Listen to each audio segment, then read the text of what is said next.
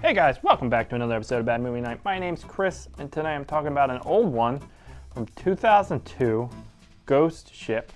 This movie is directed by Steve Beck. It's kind of his follow-up to the movie 13 Ghosts, which is just phenomenal, as some people say. Both of those were Dark Castle Entertainment movies, and this was their heyday.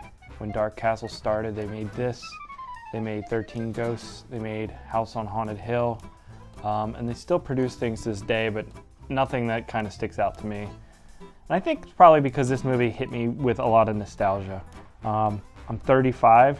I know I look 25. I get it a lot. You don't have to keep saying it. It's pretty obvious.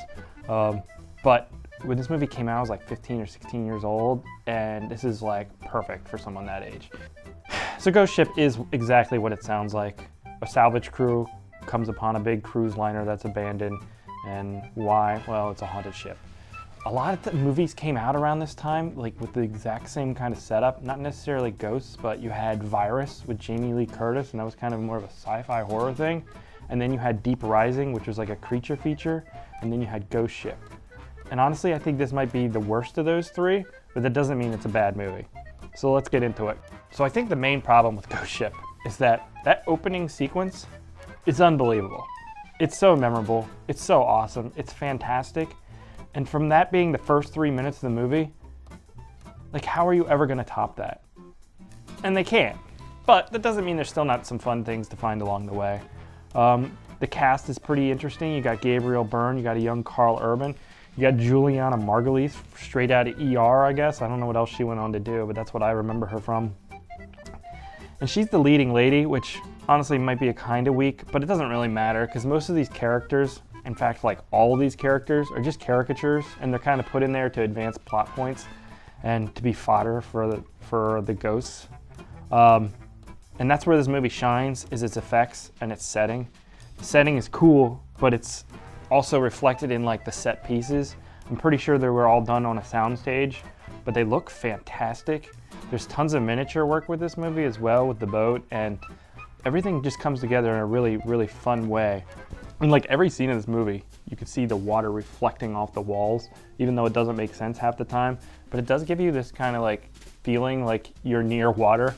I don't know, when I go to the pool or something like that, if you ever go to the Y and you see the water bouncing off the wall, it just kind of brings that home. So I think it was effective that they did that in every scene, even though it kind of doesn't make sense sometimes. This movie does have some influences like The Shining, in a scene that's very, very much reminiscent of it.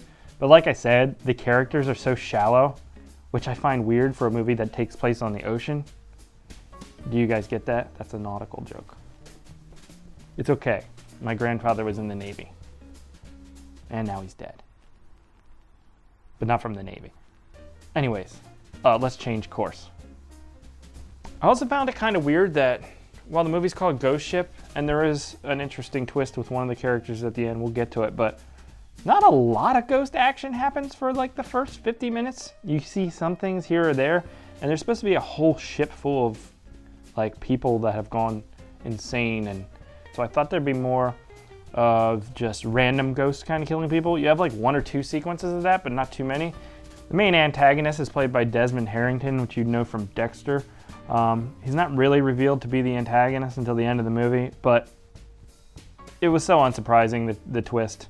It doesn't mean it's not fun. Then you also have a young Emily Browning, which I only know her from Sucker Punch, but she was actually surprisingly good as this young child actress, and is kind of the nice ghost that helps Juliana Margulies. Yeah, this is a fun movie. It's a fun time. It's definitely of a time too, as you can tell by the mud vein that blasts throughout the movie, which I'm okay with because they got a good bassist and drummer, so I'm always down with the mud vein.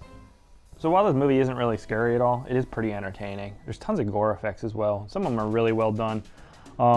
Perhaps it's just the nostalgia, but I really enjoy this movie. I know it's not anything, remarkable as far as storylines go. It's certainly predictable. The characters are all tropey caricatures and stuff like that. But it's just of a time, and it's really fun. This and 13 Ghosts and even House on Haunted Hill, I can go back and probably enjoy quite a bit.